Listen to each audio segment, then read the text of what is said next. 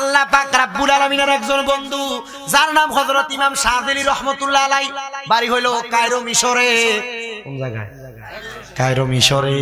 উনি বলেন আমি একদিন একটানা 80 দিন না খেয়ে আছিলাম। কয়দিন? 80 দিন না খেয়ে আছিলাম। দুনিয়ার মানুষ রে 80 দিন না খেয়ে থাকার কারণে আমার কাছে 80 দিন পর 81 দিনের মাথাত মনে হইল আমি যে 80 দিন না খেয়ে রইছি, আমি মনে হয় বড় একজন মুজাদ্দিদ হয়ে গেছি। আমি যে 80 দিন না খেয়ে রইছি, আমার মনে মনে চিন্তা হইল মনে হয় আমি বড় একজন আবেদ হয়ে গেছি। 80 দিন না খেয়ে থাকার কারণে আমার কাছে মনে হইছে আমি নফসের বড় হেফাজতকারী হয়ে গেছি। না খাইয়া আমি আমার এই নফসটারে সীমা লাইছি। এবার আল্লাহর ওই বান্দা চিন্তা করে দুনিয়ার মানুষ রে, আমি যখন চিন্তা করলাম হঠাৎ করে আমার মনে চিন্তা আসলো যে এই ব্যক্তি কামেল হইয়া যায় 80 দিন না খেয়ে থাকার কারণে হয়তোবা আমার আল্লাহ আমারে কামেল বানাইছে। কামেল লোক তো দুনিয়াতে বাড়ি ঘরে বেশি দিন থাকে না, আমারে হয় পাহাড়ে নয় জঙ্গলে চলে যাওয়া লাগবো। পাহাড় অথবা জঙ্গলে গেলে আমারে আমার আল্লাহ কবুল কইরা লইব। বলে এই কথা বইলা আমি ইমাম শাযিলি 80 দিনের 81 দিনের মাথা আমি চইলা গেলাম একটা পাহাড়ের মধ্যে, গুহার মধ্যে ঢুকছি ইবাদত করবার জন্য। এই টাইমে আমি তাকে দেখলাম গুহার ভিতর থেকে সুন্দর নুরানি চেহারাওয়ালা একটা মহিলা বাইর হইছে, আমার সামনে এসে দাঁড়াইছে। আমি ওই মহিলার দিকে তাকাইছি। তাকানোর পরে আমার মনের ভিতরে একটা চিন্তা হইছে, ও আল্লাহ এত সুন্দর মহিলা, এই মহিলাটা যদি আমার বউ হইতো আমার কাছে ভালো লাগতো। মহিলা কয় এ বেটা 80 দিন না খেয়ে তাইকা চিন্তা করছে ওলি হইয়া গেছে। ওলি হইছে না ভাই সাহেব, শোনো তোমার কাছে আমার কথা। এ শাযিলি জঙ্গলে কি পাহাড়ের গুহায় কি? ইমাম শাযিলি কয় পাহাড়ের গুহার মধ্যে আসার কারণ হইল আমি 80 দিন না খেয়ে তাইকা আমার কাছে ইবাদতের ব্যাপারে অহংকার আসছে, এজন্য আমি রিয়াজত করার জন্য পাহাড়ের গুহাতে আসছি। সুবহানাল্লাহ। বালা কথা, ভালো কথা, গুহার মধ্যে আসছো, কিন্তু তুমি তো এখনো 80 দিন না খেয়ে কামেল হও নাই। বলে কেন? কয় 80 দিন না খেয়ে থাকার পরে আমি মহিলারে দেইকা তোমার মনে কি চিন্তা হইছে ইচ্ছাটা তুমি আমার একবার কও। শাযিলি মনে মনে চিন্তা করে, মনে হয় আমি যে মনে মনে চিন্তা করছি এই মহিলাটা আমার বইলে ভালো হইতো, তাহলে মনে হয় মহিলাটা আমার কাছে বিয়া বইব, আমার মনের কথাটা জানতে চাইছে। নাউজুবিল্লাহ কইতেন না। শাযিলি তার মনের সব কথা কইয়া দিছে। ওই যে রাসূল কইছে মহিলা নিজের স্ত্রীর কাছে সব গোপন কথা কথা কয় না, সব গোপন কথা। আল্লামা শাযিলি রাহমাতুল্লাহ আলাইহি কয় আমি আবার আমার আবেগটারে ধরে রাখতে পারি নাই। আমি কইলাম হে মহিলা, পাহাড়ের গুহা থেকে বাইরে হইছে আমি মনে মনে কইছি আল্লাহ এত সুন্দর মহিলা আমার সামনে আইছে, এই মহিলাটা যদি আমার বউ হইতো আমার বড় ভালো হইতো। মহিলা কয় শাযিলি 80 দিন না কেউ যদি বিন্দু পরিমাণ না খাইও না থাকে, যদি পেটের মধ্যে কোনো খানা আহারও না করে, মনে রাখবা রে সে যদি তাকওয়াবান হয় হাজার হাজার নারী দেখলো তার ভিতরে এমন খায়েশ আসবে না। কিন্তু আবার এই কথা বইলা বেরিয়াতের সামনে দেয়া বইয়া থাকলে হইতো না, বন্ডামি হইব। আমনে কইবেন এর দিকে চাইলে আমার তো নফস তাজা নাই, আমার নফস মইরা গেছে গা, এজন্য মহিলারে লইয়া বইয়া রইছি, মহিলার সামনে বইয়া রইছি। কেন কথাটা বলছি শুনেন। আমি আসার সময় বাগাউড়া বাজারে দেখছি মহিলা মানুষেরা দোকানদারি করে, মহিলারা দোকানদারি করে। আল্লাহর কসম, আল্লাহর কসম, আল্লাহর কসম 3 বার কইলাম রে মুসলমান, মহিলা দোকানদারি দূরের কথা, কোন বেড়া মানুষের সামনে যাওয়া হারাম, হারাম, হারাম। এটা আল্লাহ নবীর কথা, নবীর কথা না মাইনা তুমি যদি মুসলমান দাবি করো, মুসলমান না। এই জন্য ও মুসলমান, আমি আমার সব ওয়াজে কই একটা মহিলার কারণে 60টা বেড়া মানুষ জাহান্নামে যাইব। ইয়া রাসূলুল্লাহ কারা কারা যাইব? আমার নবী কয় কোন বাপে যদি তার মাইয়ারে পর্দা না করায় বাপে যাইব, 2 নাম্বার কোন ভাই যদি তার বোনরে পর্দা না করায় ভাই জাহান্নামে যাইব। 3 নাম্বার কোন জামাই যদি তার বউরে পর্দা না করায় জামাই জাহান্নামে যাইব। 4 নাম্বার কোন ফুতে যদি তার মারে পর্দা না করায় ফুতে জাহান্নামে যাইব। সিদ্ধান্ত নেন, আপনি আপনার বউরে শিবপুর বাজারে বাজার করতে ফাটাইবেন না আপনি যাইবেন। যদি মনে করেন নিজে যাইবেন আপনি জাহান্নাম থেকে বাঁচবেন, আর যদি কোন নিজের বউরে ফাটাইবেন এলাকায় মাহফিলে দোকানে চটফটি খাওয়ানোর লেগে ফাটাইবেন, বাসের বাড়ি আর কবরের ভিতরে মুইজা ফল আপনি খাইবেন। কথা কি বুঝতে পারছেন বাবারা? বেশি ডাইনে বামে নয়, ডাইরেক্ট আলোচনা করতেছি। তাহলে মহিলারা কি ব্যাপারটা দিতে পারবো? তো মহিলারা যদি বাজারে থেকে হুজুর এটা তো স্বাভাবিক, নিজের মার্কেট নিজে করার জন্য চলে যায়, বোরকা নাই। আর যদিও থাকে বর্তমান যে বোরকা পরে, বোরকা ফললে যে কথা, না ফললে সেই কথা। ওই কথা কন না কেন? আপনার কষ্ট হইতাছে ভাই সাহেব, যদি কষ্ট লাগে অন্তরে, আমারে মানুষ মন্দ বলবে, কালকে ওয়াজ করে যাওয়ার পরে আমার কোনো কিছু করার নাই। ওরে লোকে আমায় বলে রে মন্দ, আমার কাছে লাগে আনন্দ। আমার মন জানে আমি জানি, আমার মন জানে আমি জানি, মুর্শিদে বানাইল আমায় উদাসী। দুনিয়ার মুসলমান ইমাম শাযিলি কয় মহিলারে, তাইলে তুমি আমারে এই জায়গার মধ্যে বুঝি নফসের হিসাবটা শিখাইতে আসছো? বলে হ্যাঁ ইমাম শাযিলি, তুমি এখনো নফসের দনে ধনী হও নাই। বলে কেন কেন কেন? কয় নফসের দনে যারা ধনী হয় তারা মহিলার দিকে তাকাইলে, নারীদের দিকে তাকাইলে তাদের কোনোদিন অন্য নারীর প্রতি কোনো খায়েশ আসে না। আল্লাহর কসম মুসলমান, রাস্তার মহিলাদেরকে দেখলে যদি কোনো পুরুষের জিনা হয়, এই হাদিস যেদিন থেকে পড়ছি নারীদের দিকে তাকানো বন্ধ করছি। আর যদিও নজর পড়ে যায় চক্ষু ফিরে নেই, কোন মহিলার সামনে আসলে কথা বলতে দ্বিধাবোধ করি। হুজুর কেন কেন কেন? আর এটা আমার কোনো কারণ না, আল্লাহর আদেশ, নবীর আদেশ। তুমি যদি মানতে পারো জান্নাতি, না মানলে জাহান্নামী। এবার আপনারা বলেন আল্লাহর নবীর আদেশ মুসলমানের মানার দরকার আছে না নাই? আছে যে কোন, আছে যে কোন, আছে যে কোন, তার তো বইনের সামনে যেতে তো দেরি করেন না। কথা কয় না? আছে যে কোন ভাইয়ের বউয়ের সামনে তো যাইতে দেরি করেন না। ফতুয়া দে বেড়া, ভাইয়ের বউ মার মতো, মার মতো সালাদ দাঁত ফালে দিব কিচ্ছা, মার মতো কোনো কথা নাই। এটা আপনার জন্য হারাম, এটা চেহারার দিকে সংযত না। কি দে সবাই একটু দুরূদ শরীফ আদায় করেন। সালাতুন ইয়া রাসূলাল্লাহ সালামুন ইয়া হাবিব। আরনে আরনে আগে না সালামুন ইয়া হাবিবাল্লাহ জামালে আশিকা বাসদ মুহাম্মদ খেয়ালে বরা বাসদ আহমদ সালাতুন ইয়া রাসূলাল্লাহ সালামুন ইয়া হাবিবাল্লাহ। আমার এই বাগাউড়া এলাকার ভাই বাবাজিরা, বন্ধুরা গো, তাইলে ইমাম শাযিলি কয় আল্লাহ আমি সামান্য 80 দিন না খেয়ে থাকার কারণে একটু অহংকার আইছে, আমি মনে করছি আমি নফসের দনে ধনী হয়ে গেছি, এই জন্য আপনি বুঝি আমার একটা বেডি মানুষ দিয়া শরম দিছেন। আল্লাহ শপথ করলাম, ওয়াদা করলাম আর কোনোদিন আমি অহংকার করতাম না, অহংকার করতাম না। এবার আপনারা বলেন আমরা সবাই অহংকার মুক্ত ইবাদতের পক্ষে না বিপক্ষে? পক্ষে, পক্ষে, অহংকার মুক্ত ইবাদতের পক্ষে।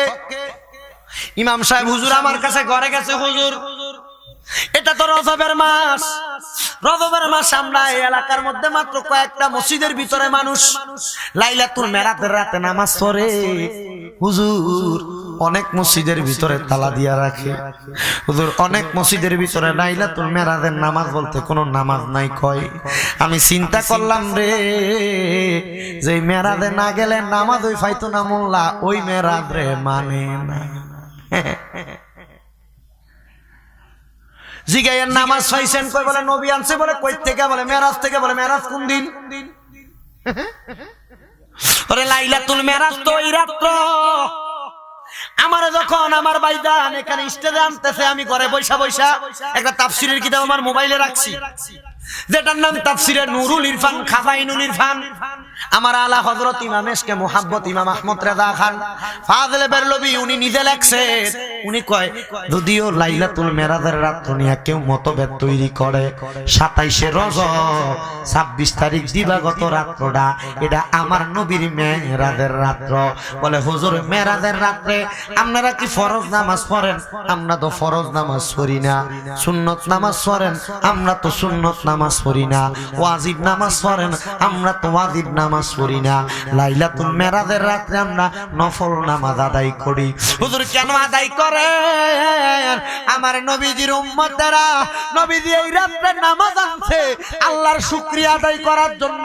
নফল নামাজ পড়ে আল্লাহর কাছে কই, আল্লাহ যেই নামাজ বেহেশতের চাবি, এই মেরাজের রাতে নামাজটা পাওয়ার কারণে আজকে 2 রাকাত 4 রাকাত 12 রাকাত 8 রাকাত 20 রাকাত সারা রাত নফল নামাজ পড়া দোয়া মাহফিল করে আপনার কাছে শুকরিয়া আদায় করি। আল্লাহ আপনি আমরারে কবুল করে নেন। আমি জানতে চাই এটার যে মৌলবীরা বেদাত ফতুয়া দেয়, দাঁত আসেনি? আছে, দাঁত আছে, কিন্তু দাঁতটি একটা আকল দাঁত না, সব দিক খোল মার্কা দাঁত।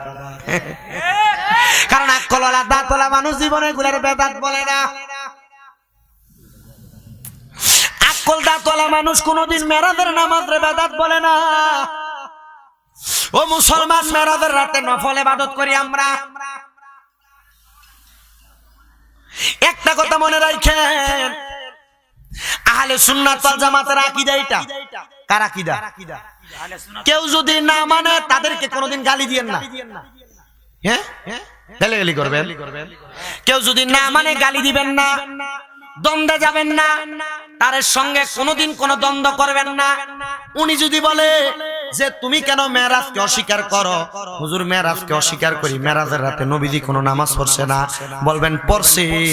মেরাজের রাতে আমার নবী যখন মেরাজে গেছে, আমার নবীজি বাইতুল মুকাদ্দাসে যাইয়া সকল নবীদেরকে মুসল্লি বানাইয়া আমার নবী 2 রাকাত নামাজ পড়ছে। আর ওই 2 রাকাত নামাজ পড়ার কারণে আমার নবী ইমামতি করার কারণে নবীর উপাধি হয়েছে ইমামুল মুরসালিন। বলেন কি? ইমামুল মুরসালিন, সকল নবীদের ইমাম। সুবহানাল্লাহ কয় না? এজন্য দ্বন্দ্বে যাবেন না। আপনারা যদি আহলে সুন্নাত ওয়াল জামাতের আকীদাওয়ালা হন, আপনারা মেরাজের রাতে ইবাদত করবেন, মেরাজের রাতে আল্লাহর কাছে চাইবেন, মেরাজের রাতে আল্লাহ শুকরিয়া আদায় করবেন। বলে হুজুর মেরাজের রাতে ছাড়া অন্যদিন কি করা যায় না? আরে করা যায়। মানুষ তো এমনি নামাজ পড়ে না, মানুষ তো এমনি ইবাদত করে না। যদি মেরাজের রাতের উসিলা দিয়া মানুষগুলারে এক রাতের জন্য মসজিদে ঢুকানো হয়, ওই মসজিদে হেদায়েতের ওয়াজ করা হয়, মেরাজের রাতে ওয়াজ মাহফিল করা হয়, ওই ওয়াজ মাহফিল শুনা যদি ওই মানুষগুলা হেদায়েত হইয়া আল্লাহর পথে নবীর পথে আসে, অসুবিধা আসেনি? এই জন্য আমরা মেরাজের রাতে আমল করি। ভাই সাহেব, আমরা এটা ফরজ মনে করে করি না। তবে কেউ যদি মেরাজের রাতে অস্বীকার করে, সে ব্যক্তি কুফরি করার কারণে কাফেরে রূপান্তরিত হয়ে যাবে। আল্লাহ যেন সকল প্রকার কুফরি থেকে আমাদেরকে হেফাজত দান করে। জোরে পড়েন আমিন। সবাই জবান খুলে জোরে জোরে দরুদ শরীফ পড়েন। আল্লাহুম্মা সাল্লি মাওলানা মুহাম্মদ ওয়ালা আলি মাওলানা। মেরাজ হইল নূর নবীজির আল্লাহ তাআলার লামকানে। 5 ওয়াক্ত নামাজ দিলেন উপহার আল্লাহ নবীকে। আল্লাহুম্মা মুহাব্বতে পড়েন মাওলানা ওয়ালা আলি সাইয়্যিদিনা। আমার বাবাজিরা, বন্ধুরা রে,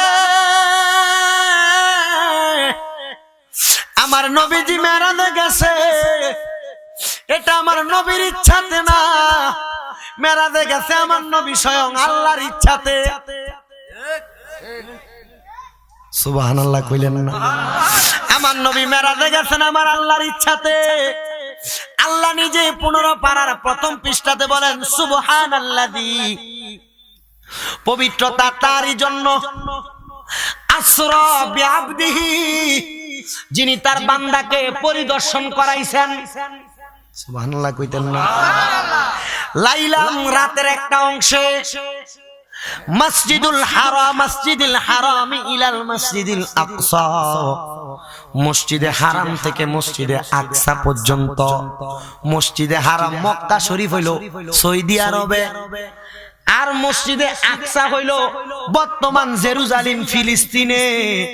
আমি জানতে চাই এক দেশ থেকে আরেক দেশে যাইতে কতটুক দূরত্ব লাগে, কতটুক সময় লাগে। আর আল্লাহ কয় রাতের কিছু অংশে আমি আমার নবীরে মসজিদে হারাম থেকে মসজিদে আকসা গমন করাইছি।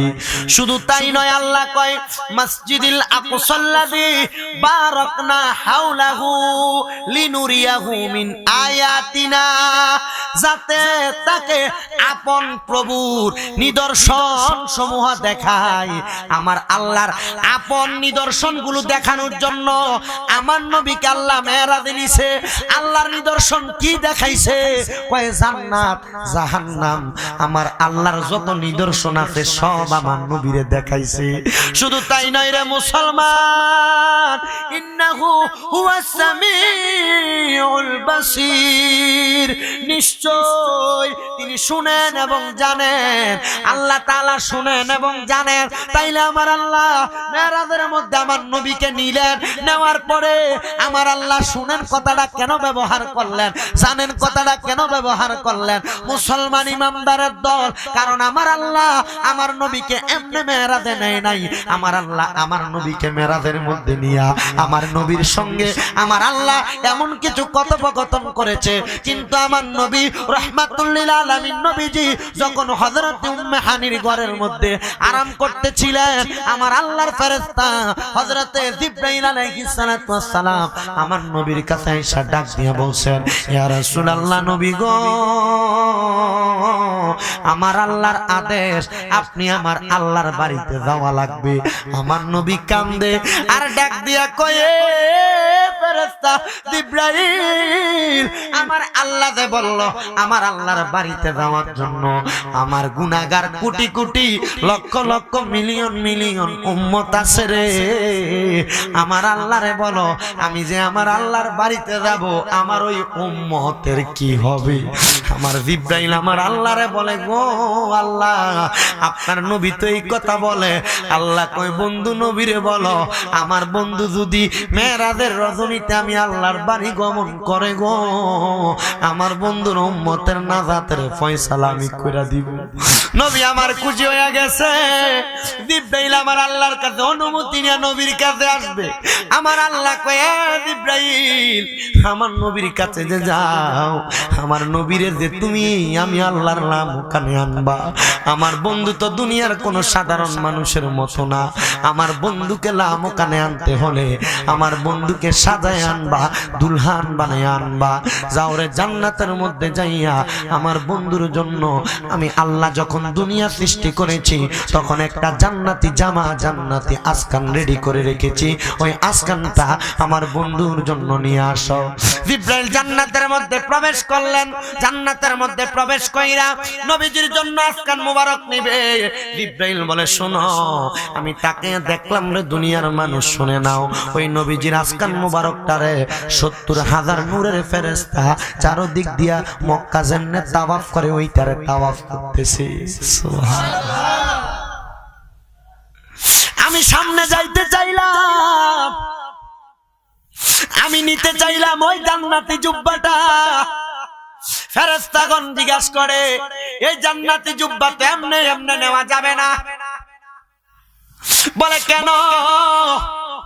বলে কারণ এই জুব্বার মালিক যিনি তিনি হলো রাহমাতুল লিল আলামিন। এই জুব্বার মালিক যিনি তিনি উম্মতকে তরানেওয়ালা। এই জুব্বার মালিক যিনি তিনি হলো উম্মতকে বাঁচানেওয়ালা। ইয়া রাসূলুল্লাহ, ইয়া হাবিবাল্লাহ, নবী গো, এই জুব্বার মালিক আপনি, আপনার এত সম্মান, আপনার এত তাজিম, হ্যাঁ তাজিম সম্মানের অভাব নাই ইয়া রাসূলুল্লাহ। ও মায়ার নবী, কেন?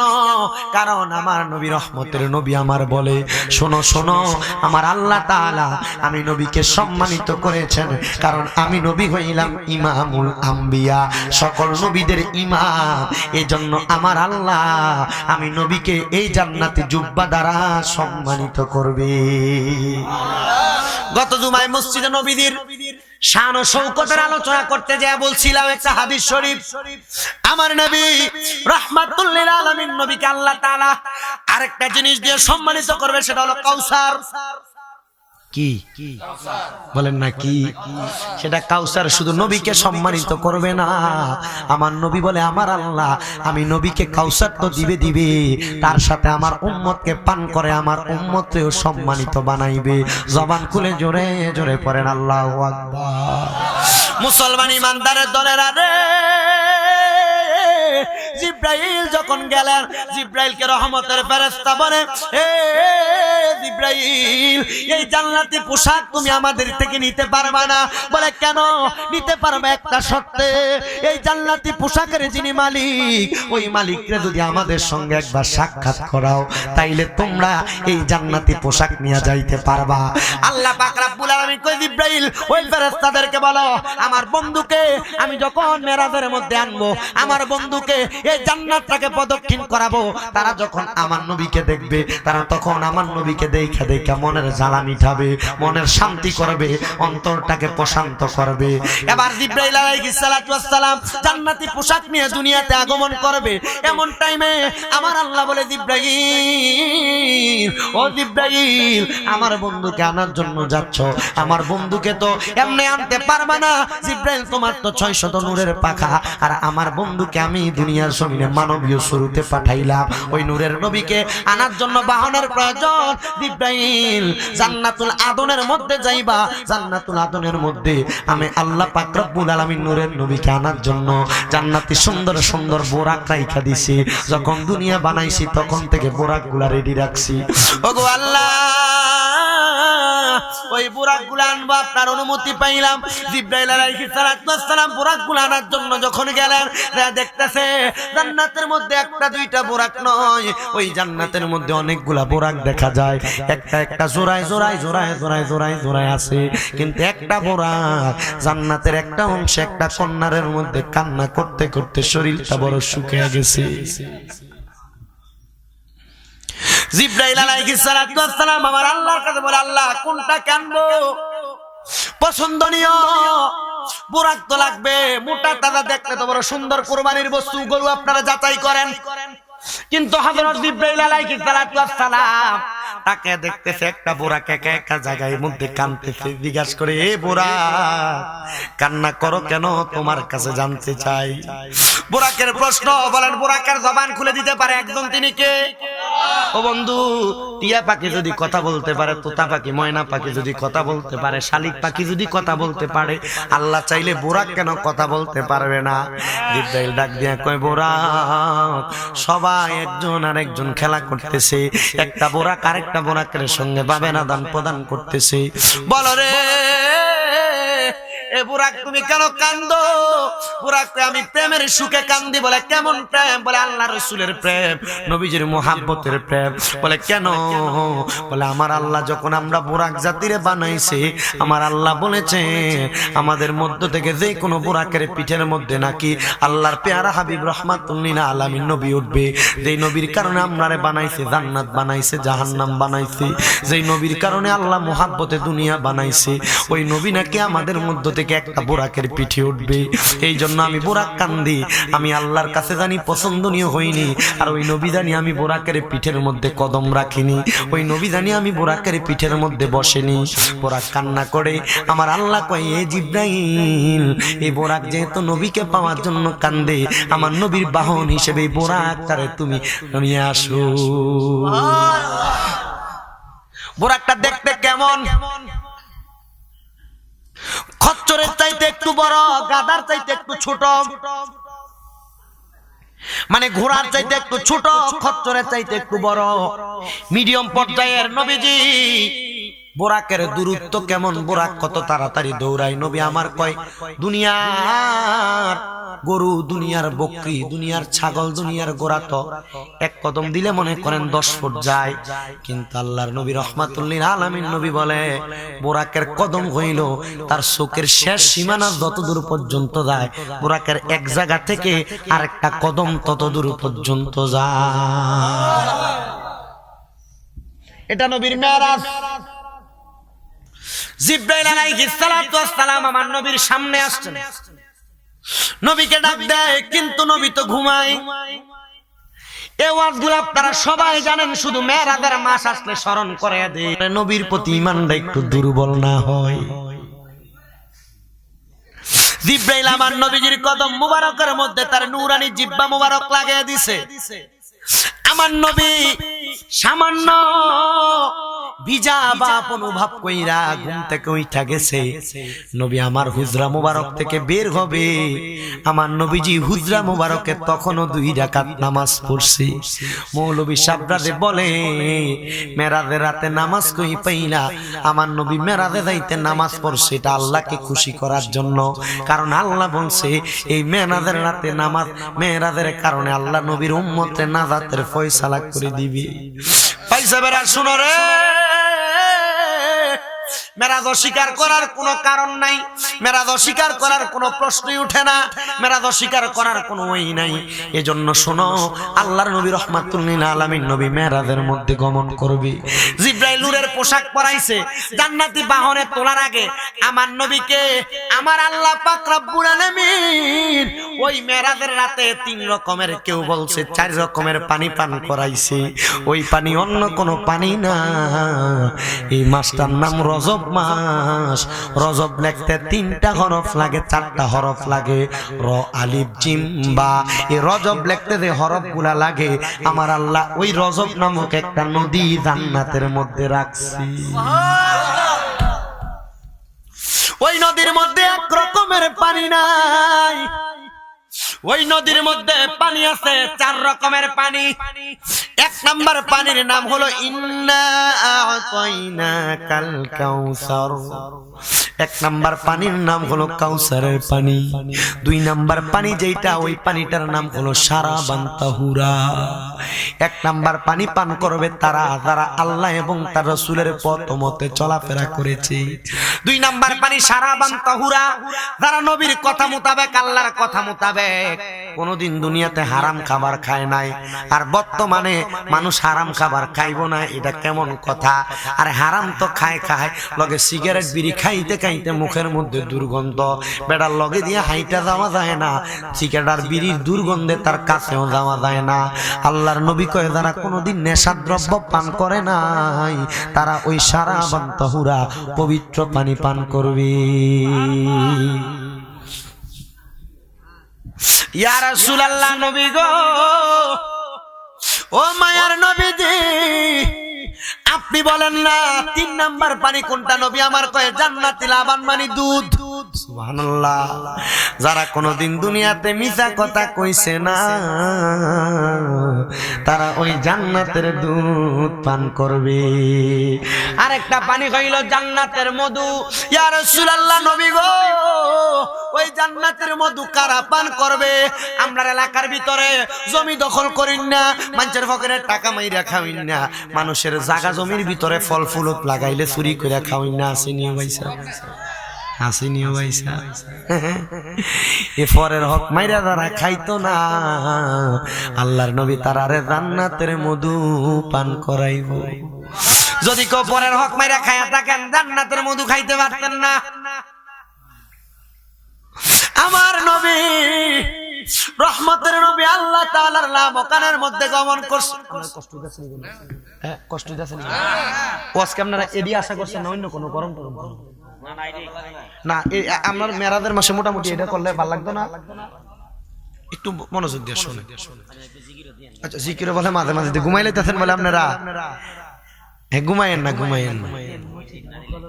আচ্ছা হচ্ছে আল্লাহ যেন আমরা কবুল করে ধরে বলেন আমিন। ওরে মেরাজে যায় আল্লাহর হাবিব নবী কামলে ওয়ালা, মেরাজে যায় আল্লাহর হাবিব নবী কামলে ওয়ালা।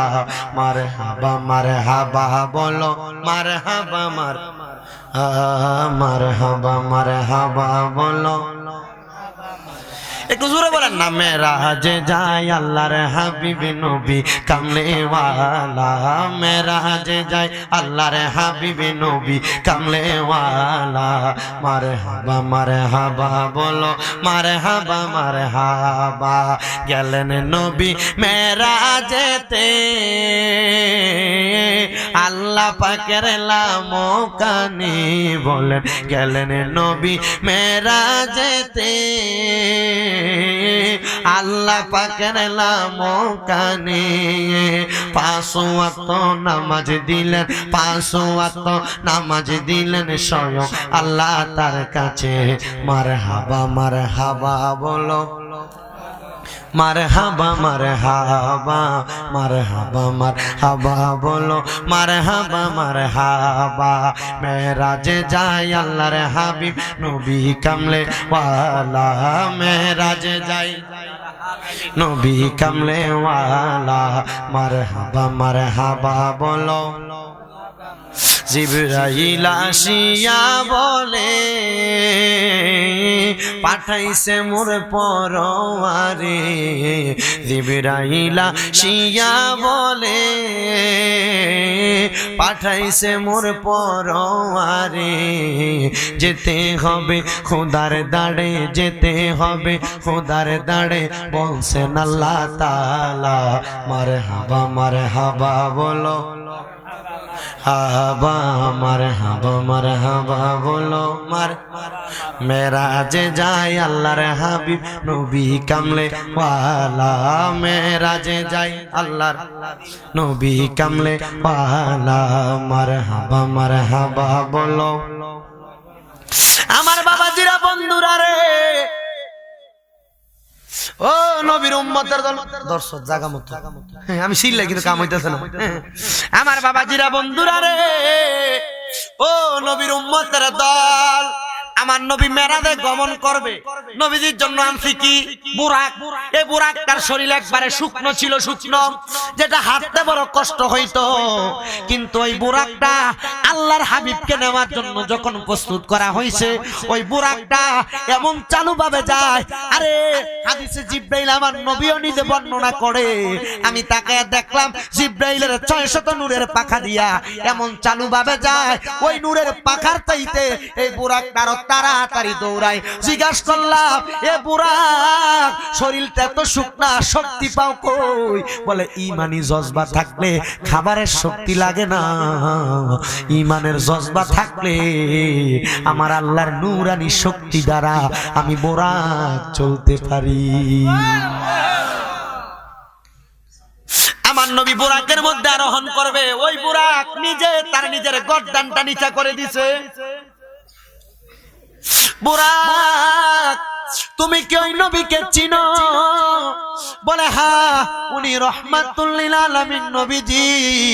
ওই নবীকে কেন চিনব না? ওই নবীর মুহাব্বতে আমার আল্লাহ তাআলা আমরা বুরাক জাতি এবং তামাম মাখলুকাত বানাইছে। জবান খুলে বলেন সুবহানাল্লাহ। আমার নবী মেরাজে গেছে, নামাজ আনছে। শুধু তাই নয় রে মুসলমান, আমার নবী মেরাজে যাওয়ার পরে আমার আল্লাহ তাআলা আমার নবীকে নবীজির কদম মুবারকে নালাইন শরীফ, নবীজির জুতা মুবারক নিয়া আল্লাহ তাআলার নাম ওখানে প্রবেশের অনুমতি দিলেন। আমার আল্লাহ নবীকে মেরাজের মধ্যে এমনি এমনি নেই নাই। আমার আল্লাহ তাআলা আমার নবীকে সর্বপ্রথম মেরাজের মধ্যে নিয়া আমার আল্লাহ আমার নবীকে জান্নাত দেখাইছে। আল্লাহ এত সুন্দর জান্নাত আপনি কার জন্য বানাইছেন? ইয়া রাসূলুল্লাহ, নবী গো, আপনি যে আমার বাড়িতে আসছেন, আপনার একটা মেহমানদারি আছে। নবীজি ওই মেহমানদারি স্বরূপ আপনার উম্মতে জান্নাতে থাকার জন্য আমি আল্লাহ আপনার উম্মতরে 50 ওয়াক্ত নামাজ দান করেছি। আমার নবী বড় খুশি হয়ে গেছে। নবী আমার ওই 50 ওয়াক্ত নামাজ পাইয়া আমার নবীজি যখন জান্নাতের মধ্যে থেকে বের হইয়া আল্লাহ তাআলা আমার নবীকে জাহান্নাম দেখাইলেন। নবী আমার ডাক নিয়ে আমি জাহান্নাম দেখে বড় আতঙ্কিত হইলাম। আমি নবীর চোখ মুবারকের পানিগুলা টপ টপ টপ টপ করে পায়া পায়া পড়তেছি। নবী আমার ডাক দিয়া কয় আল্লাহ এত কঠিন ভয়ঙ্কর এই জাহান্নামের মধ্যে কারা কারা থাকবে? নবী আমার ডাক দিয়া কই শুনো আমার আল্লাহ আমি নবীকে জানাইছে, আমি নবীরে জানাইছে আল্লাহ যে 50 ওয়াক্ত নামাজ দিতে রে উম্মত যারা এগুলা তরক করবে তারা জাহান্নামে থাকবে। যারা আমি নবীর কথা আল্লাহর কথা মানবে না তারা ওই জাহান্নামে থাকবে। ইয়া রাসূলুল্লাহ আমরা তো জাহান্নামের আগুন সহ্য করতে পারবো না। নবী আমার কই যদি সহ্য করতেই নাই পারবা দুনিয়া এবং আখিরাতের সন্তুষ্টি আল্লাহ তাআলারে যদি খুশি কইরা কবরে যাইতে পারো তাহলে তোমরা নাজাত প্রাপ্তদের অন্তর্ভুক্ত হইয়া যাইবা। হুজুর আল্লাহকে সন্তুষ্ট করতে হলে কি লাগবে? নবী আল্লাহর কোরআন থেকে শিখায়া দেয় ইল্লাল্লাযীনা আমানু ওয়া আমিলুস সলিহাতি ওয়া তাওয়াসাউ বিল হাক্কি ওয়া তাওয়াসাউ বিস সাবর। জবান খুলে উচ্চ কণ্ঠে ধরে বলেন আল্লাহু আকবার। ওই আল্লাহর রাজি খুশি করতে হইলে 4টা সম্পদ লাগবে। বলেন কয়টা সম্পদ?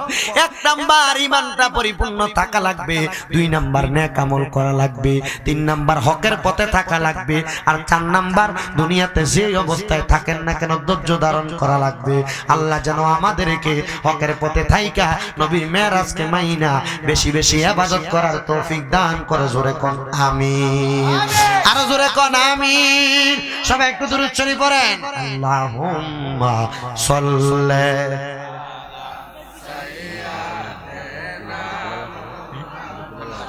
আদেনা করি না আর মতো করি মুহাম্মদ আল্লাহুম্মা সাল্লি কিছু অন কইেন না, এখন কিছু বলেন না মাদেনা